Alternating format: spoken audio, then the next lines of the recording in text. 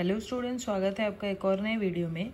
आज हम line by line explanation देख रहे हैं गिव पटेल की famous poem on killing a tree. तो इस पोएम में गिव पटेल ने हमें बताया है कि जैसे किसी इंसान को मारा जाता है, उसका मर्डर किया जाता है, उसी तरीके से एक ट्री को जब मारा जाता है तो कैसे होता है। वो आसानी से मरता नहीं है, तो फिर वो कैसे मरता है इसके बारे में हमें पोएट ने बताया है। तो पोएट्री स्टार्ट करने के पहले चलिए हम लोग इसके इंट्रोडक्शन को सबसे पहले देख लेते हैं और उसके बाद फिर लाइन बाय लाइन एक्सप्लेनेशन और पोएटिक डिवाइसेस को देखते हैं। गिव पटेल 18 अगस्त 1940 को बॉर्न हुए थे बॉम्बे में, और ये पेशे से एक फिजिशियन है यानी डॉक्टर हैं। सेंट जेवियर्स हाई स्कूल और बाद में फिर ग्रांट मेडिकल कॉलेज में इनकी पूरी एजुकेशन हुई। उसके बाद फिर ये एक गवर्नमेंट जॉब करने लगे एज अ डॉक्टर, और उसके बाद फिर रिटायरमेंट हो गया इनका। और रिटायरमेंट होने के बाद पूरे तरीके से ये आर्ट्स फील्ड में लग गए और पोइट्री इन्होंने लिखनी स्टार्ट कर दी। और ये ग्रीन मूवमेंट से भी जुड़े हुए हैं। ग्रीन मूवमेंट एक ऐसी मूवमेंट है जिसमें जो राइटर्स हैं वो एनवायरनमेंट को प्रोटेक्ट करने के लिए कोशिशें करते हैं। तो इनकी जो पोएम्स है वो नेचर के बारे में होती हैं काफ़ी हद तक, जैसे कि how do you withstand body mirrored mirroring on killing a tree, ये उनकी कुछ फेमस पोएम्स हैं। इसके अलावा इन्होंने 3 प्लेज भी लिखे हैं यानी नाटक भी लिखे हैं, जैसे कि प्रिंसेस सवाक्षा एंड मिस्टर बहराम। तो इस तरह के इन्होंने प्लेज भी लिखे हुए हैं। अगर हम इस पोएम की बात करें तो ये जो पोएम है, it is a graphic picture of man's cruelty towards the tree which symbolizes nature.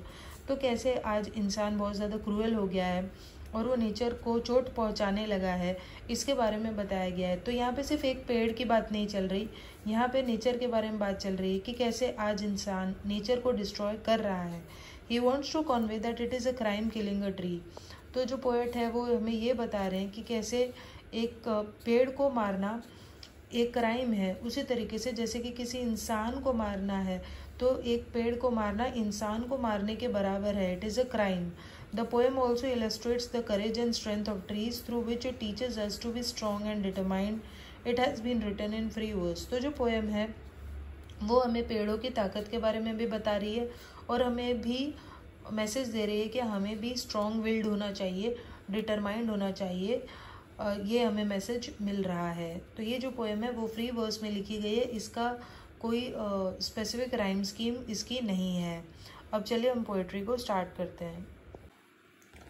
It takes much time to kill a tree. तो अब पोएट कह रहे हैं कि एक पेड़ को मारना उतना आसान नहीं है, उसमें बहुत सारा टाइम लग जाता है। तो यहाँ पे ट का जो साउंड है वो रिपीट किया गया है, इसलिए ये एलिट्रेशन है। टेक्स टाइम और ट्री में।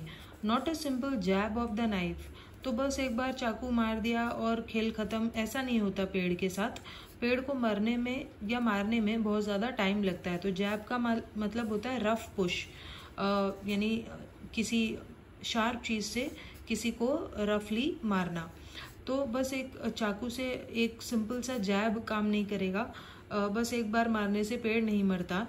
Not a simple jab of the knife will do it. It has grown slowly consuming the earth. तो जो पेड़ है वो बहुत ही स्लोली बड़ा हुआ है, कंज्यूमिंग द अर्थ को खाकर। तो यहाँ पर खाने की क्वालिटी दी गई है पेड़ को, इसलिए ये पर्सोनिफिकेशन है। बिल्कुल एक इंसान की तरह ट्रीट किया जा रहा है पेड़ को पूरे पोएम में, इसलिए through out the poem personification का इस्तेमाल किया गया है। Rising out of it feeding. तो जो पेड़ है वो मिट्टी से बाहर निकल रहा है धीरे धीरे खाता हुआ। Upon its crust absorbing years of sunlight air water. तो वो सालों तक धीरे धीरे ग्रो हुआ है और धीरे धीरे मिट्टी को खाता हुआ, सनलाइट एयर वाटर इन सभी चीज़ों को अपने अंदर एब्जॉर्ब करता हुआ। सूरज की किरणों से उसने खाना बनाया, हवा पानी से खाना बनाया और धीरे धीरे वो ग्रो हुआ है। And out of its leprous height sprouting leaves. तो उसकी जो लेप्रस हाइड यानी कि जो उसकी जो ब्रांचेस है या उसकी जो बार्क है बेसिकली, उसमें से लीव्स धीरे धीरे निकले हैं। तो यहाँ पे पेड़ की जो बार्क है, खुरदरी उसकी जो बार्क है, उसे एक लेपर की स्किन से कंपेयर किया गया है। तो लेप्रेसी एक बीमारी होती है जिसमें शरीर सड़ने लगता है। तो ऐसे इंसान की स्किन से उस पेड़ की बार्क को कंपेयर किया गया है इनडायरेक्टली, और इसलिए ये मेटाफर है। सो हैक एंड चॉप, तो फिर चाहे तुम चॉप कर दो पेड़ को और जोर जोर से अपने एक्स से पेड़ पर वार करो। हैक करना यानी जोर जोर से वार करना, और फिर चॉप करो, but this alone won't do it, लेकिन इससे ज़्यादा कुछ फ़ायदा नहीं होगा। Not so much pain will do it, क्योंकि उसको दर्द नहीं होने वाला बहुत ज़्यादा। The bleeding bark will heal, क्योंकि पेड़ की वो जो ब्लीडिंग बार्क है, यानी जहाँ से हमने उसको काटा है उसमें से जो उसकी जो सैप निकलती है, वो जो पानी जैसा सब्सटेंस निकलता है, वो सूख जाएगा और उसकी जो बार्क है, उसकी जो पेड़ की जो चमड़ी है, बार्क है, वो ठीक हो जाएगी, हील हो जाएगी। तो यहाँ पे पेड़ की जो बार्क है उसे ब्लड से कंपेयर किया गया है इनडायरेक्टली, इसीलिए ये एक मेटाफर है। और ब का साउंड रिपीट किया गया है, इसलिए एलिट्रेशन है। तो अगर काटोगे भी तो पेड़ की जो बार्क है वो सही हो जाएगी। And from close to the ground will rise curled green twigs, और पेड़ के पास से हरी हरी जो ट्विग्स है या पतली जो ब्रांचेस है, छोटी छोटी ब्रांचेस और लीव्स, वो फिर से उगने लगेंगी, मिनिएचर बोज। और वो जो छोटी छोटी पतली जो स्टेम्स बाहर निकल रही हैं, धीरे धीरे वो बोज यानी कि ब्रांचेस बन जाएंगी। भले ही वो छोटी मिनिएचर होंगी फिलहाल, यानी छोटी ब्रांचेस बनेंगी, लेकिन यही आगे चलकर बड़ी ब्रांचेस बन जाएंगी। विच if unchecked will expand again, तो अगर ध्यान नहीं रखोगे तो ये छोटी ब्रांचेस फिर से बड़ी बन जाएंगी। तो यहाँ पे हम देख सकते हैं व का साउंड रिपीट किया गया है विच और विल में, इसलिए ये एलिट्रेशन है। Which if unchecked will expand again to former size, तो अगर हम ध्यान नहीं रखेंगे तो वो छोटी ब्रांचेस फिर से बड़ी ब्रांचेस बन जाएंगी। नो, तो पोएट कह रहा है कि ये सब चीज़ें करने से पेड़ के ऊपर असर नहीं होने वाला। तो अगर पेड़ को मारना है तो उसकी रूट बाहर निकालनी होगी, पेड़ को जड़ से बाहर निकालना होगा। No, the root is to be pulled out, तो पोएट कहता है कि रूट को बाहर निकालना होगा आउट ऑफ द एंकरिंग अर्थ।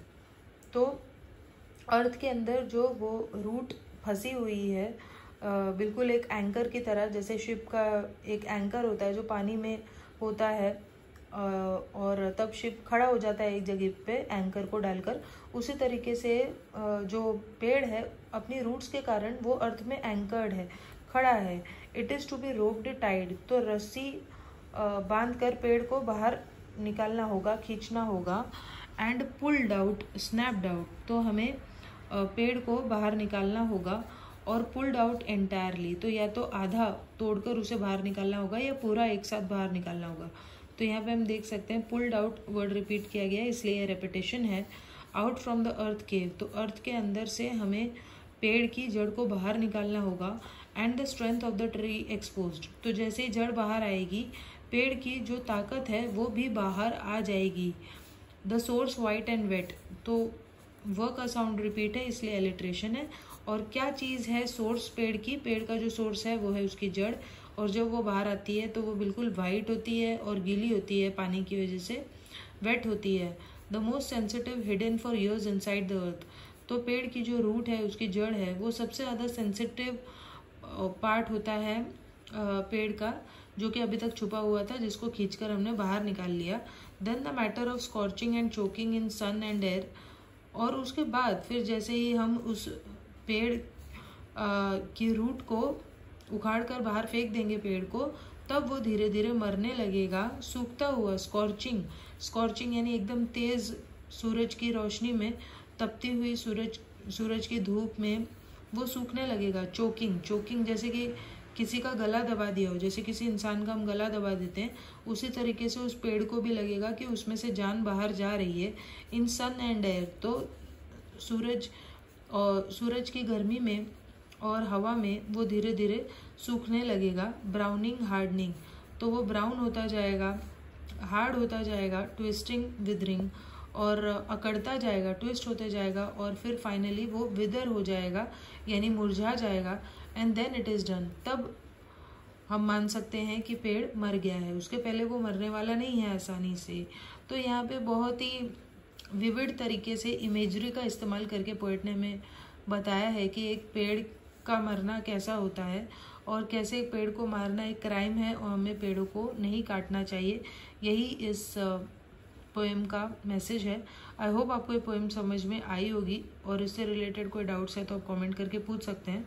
अगर आप ICSE 10th स्टैंडर्ड या 9th में हैं और आपको बाकी के पोएम्स का एक्सप्लेनेशन भी चाहिए तो आप ICSE की प्लेलिस्ट में जाकर बाकी के पोएम्स का एक्सप्लेनेशन देख सकते हैं।